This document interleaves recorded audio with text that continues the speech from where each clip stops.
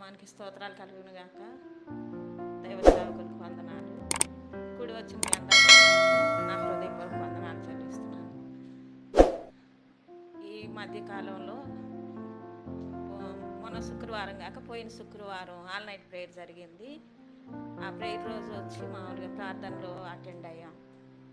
రాత్రి అంతా కూర్చోవటం వల్ల ఎట్లానో కానీ నాకు చాలా నడుము కూడా కాదు, ఈ సైడ్ ఇక్కడ నొప్పి వచ్చింది. ఆ నొప్పి అదే తగ్గిపోద్దలే అనుకున్నాను. మామూలుగా ఇంటికి వెళ్ళిపోయాను. తర్వాత ఉదయకాలం బాగా చాలా నొప్పిగా ఉంది. మళ్ళీ తర్వాత మరుసటి రోజు పొన్నికల్లు అటు గుంటూరు వెళ్ళాల్సి వచ్చింది. అదే రీతిగా ఆటోలో వెళ్ళినప్పుడు కొంచెం ఇరుకై చాలా ఇబ్బంది పడ్డాను. నేను వెళ్ళేది దేవుని సన్నిధికి కదా, ఇది ప్రార్థన చేసుకుంటున్నాను, ప్రభువా ఈ నొప్పి నుంచి విడిపించండి. అయితే దేవుని సన్నిధికి వెళ్తున్నాను, మరీ నొప్పి ఎక్కువైంది. మళ్ళీ వచ్చేటప్పుడైతే ఆటోలో కూర్చోలేక, అసలు వెళ్ళిన వాళ్ళం ఆటోలోనే రావాలి, అయినప్పటికి కూడా మేము రాలేములే, కొంచెం ఇబ్బంది ఉందని చెప్పాము. అంతలో వినయ్ బ్రదర్ వాళ్ళు మా కారు ఖాళీ ఉంది వస్తే రండి అన్నప్పుడు వాళ్ళ కారులో వచ్చి ఇంటి దగ్గరకు వచ్చాము. అట్లా వచ్చాం. మళ్ళీ ఆదివారం ప్రార్థనా కూడికలు అన్నిటికీ అటెండ్ అవుతా ఉన్నాను, కానీ ఈ నొప్పి నాకు చాలా ఎక్కువగా ఉంటుంది. నైట్ టైము మరీ విపరీతం ఉంటుంది. తెల్లవారుజాము ప్రార్థనకి లేసాక 2 రోజులైతే వేరే వాళ్ళు ప్రార్థన చేస్తూ ఉంటే నేను కూర్చోలేక అలానే పడుకున్నాను. అంటే ప్రార్థన వింటానే పడుకున్నా. నా మనసులో ఎట్లా ఉంది, దేవుని సన్నిధికి వెళ్ళాను, దేవుని సన్నిధిలో ఉన్నప్పుడు వచ్చింది ఇది, ప్రార్థన చేస్తున్నాను తగ్గకుండా ఈ విధంగా అవుతుంది, ఇట్లా ఉంది ఏంటని ఇట్లా ఆలోచిస్తూ ఉన్నా. అయితే ప్రతి వారం ప్రతి కూడికి అటెండ్ అవటం వల్ల దేవుడు వాక్యం ద్వారా మాట్లాడుతూ వస్తున్నాడు. గొర్రెపిల్ల జీవగ్రంథంలో పేర్లు ఉన్నటువంటి వారు, మరి పేర్లు జీవగ్రంథంలో నుండి తుడిచివేయబడినటువంటి వాళ్ళు, అసలు పేరే లేని వారు.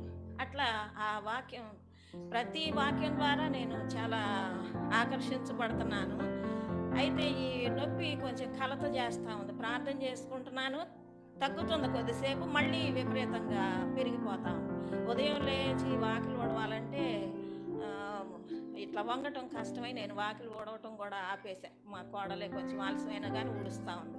అయితే నా మనసులో ఎట్లా ఉందంటే, ఇదివరకు ఏదొచ్చినా ప్రార్థన చేసుకుంటే దేవుని కృపను బట్టి వెంటనే తగ్గేది. ఇప్పుడు ఎందుకు నాకు ఈ విధంగా ఇది ఎట్లా ఉంది, ఏమన్నా ఇబ్బంది ఇంకా ఉందా అని అనుకుంటున్నాను. సరే, ఏదేమైనా దేవునికి అసాధ్యమైంది కాదు అని అట్లా దేవుని స్తుతిస్తూ ఆ విధంగా ఉన్నా. అయితే గత రాత్రి దేవుని సన్నిధికి వచ్చినప్పుడు అసలు దేవుని వాక్యం చేత చాలా బలంగా దేవుడు మాట్లాడుతూ ఉన్నారు దైవ సేవకుల్లో నుండి. ఆ సమయంలో ఒక మాట నన్ను గట్టిగా పట్టుకుంది. ఏంటంటే, అది ఎలాగ మనము జయించవలేనో ఎరిగి ఉన్నప్పుడు ఏమిటి జయించవలేనన్నది లెక్కలోనికి రాదు. అసలు ఆ మాట వినటంతోనే నాకు చాలా సంతోషం వేసింది. మళ్ళీ మనం ఎట్లా జయించాలి పాస్టర్ గారు చెప్తా ఉన్నారు. ఏ ఆయుధాలు కాదు, కానీ దేవుని వాక్యం చేతనే మనం జయించాలి. వాక్యం అంటే దేవుడై ఉన్నాడు. ఇప్పుడు మనం ఆయన వధువు అని మనం చెప్పుకుంటున్నాం. ఆయన వధువులో మనం ఉన్నాము. ఆయన మనకు శిరస్సుగా ఉన్నాడు. ఆయన శరీర భాగం మనం అయి ఉన్నాం. మరి శరీర భాగం అయి ఉన్నటువంటి మనం ఈ ప్రస్తుత పరిస్థితులను చూసి, ఈ బాధను చూసి ఇట్లా కృంగిపోతా బాధపడటం ఏంటి? ప్రభువా, ఇది కాదు, నువ్వు నాకు ఇచ్చినటువంటి ఆయుధాన్ని ఎప్పుడో ఉపయోగించడం కాదు, ఇప్పుడే నేను ఉపయోగిస్తున్నానని వాక్యం వింటాను. ఇట్లా చేయి పెట్టుకొని, ప్రభువా నేను ఇప్పుడే నీ నామంలో, నువ్వు నాకు 2000 సంవత్సరాల క్రితమే కల్వరిలో నీ గాయాల ద్వారా స్వస్థతనిచ్చేసావు, ఇప్పుడే నేను దాన్ని అనుభవిస్తున్నాను అని చెప్పి ఇట్లా చేయి పెట్టుకొని వాక్యం వింటానే అట్లా అనుకున్నాను. దేవుని యొక్క ఆత్మ నాలో ఈ విధంగా ఇక్కడికి వచ్చి ఆ నొప్పి అంతా కూడా విడిపోయి అది నన్ను ఇట్లా నాలో నుంచి తొలగిపోయేది నేను గ్రహించా. అప్పుడే ప్రభువా, ఇప్పుడే నువ్వు నాకు ఈ విధంగా ఇచ్చావు, ఇంకా ఏ విషయంలో కలత చెందటానికి వీల్లేదు. మనకి అనేకమైన ప్రార్థన అవసరతలు వస్తూ ఉన్నాయి ఉదయకాలం. అయితే వీటన్నిటిని ఇదే విధంగా విశ్వసిస్తే, ఇది చిన్నది అని అనుకోవటం కాదు, పెద్ద కార్యమైన నీకు అసాధ్యమైంది లేదు కదా. నా ముందు కొన్ని పెద్దగా కనపడే కార్యాలు ఉన్నాయి, అంటే మానవులం కదా. అయితే ఇది చిన్నవి అయితే స్పీడ్గా అవుతున్నాయి, పెద్దవి కొన్ని అట్లు ఉండిపోతున్నాయి అన్నట్టు. ప్రభు, అటువంటి వాటి విషయంలో కూడా నేను ఇదే రీతిగా నీ సన్నిధిలో అడుగుతున్నా, నువ్వు సహాయం చేయి తప్పకుండా. నువ్వు చేసే దేవుడివి, నువ్వు మాతో ఉన్న దేవుడివి, మాలో ఉన్న దేవుడు కనుక నీ కార్యాలు ఈ రీతిగా నేనొక్కదాన్ని పొందటం కాదు, నా తోటి సహోదరి సహోదరులు అనేకులు ప్రార్థన అవసరతలు కలిగి ఉన్నారు ప్రభువా.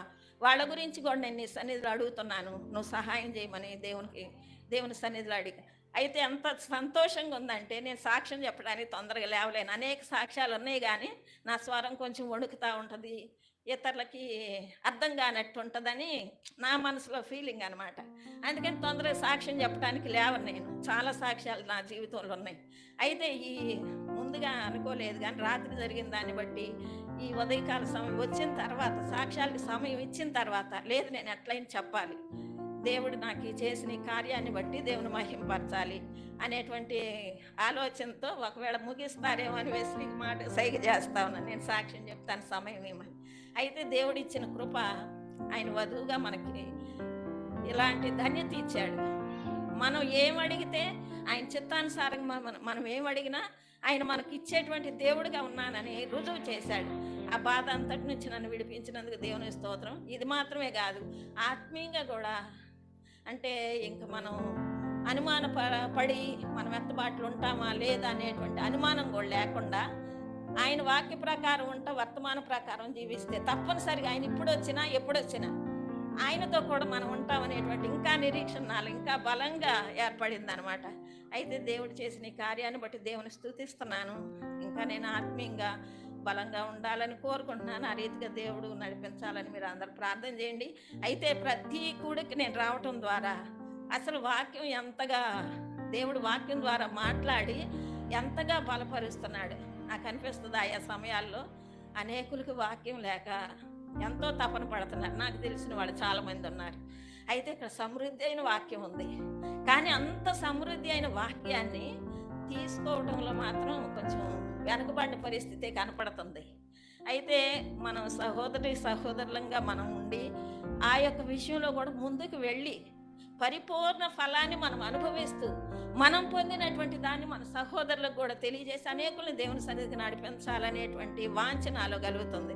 అయితే ఆ రీతిగా మీరు అందరు కూడా ఉండాలని మీకు ఒక సహోదరిగా కోరుకుంటూ దేవుడు చేసిన మేలుని బట్టి సాక్ష్యాన్ని దేవుని మహిమాత్మై చెప్పుతూ ముగిస్తున్నాను.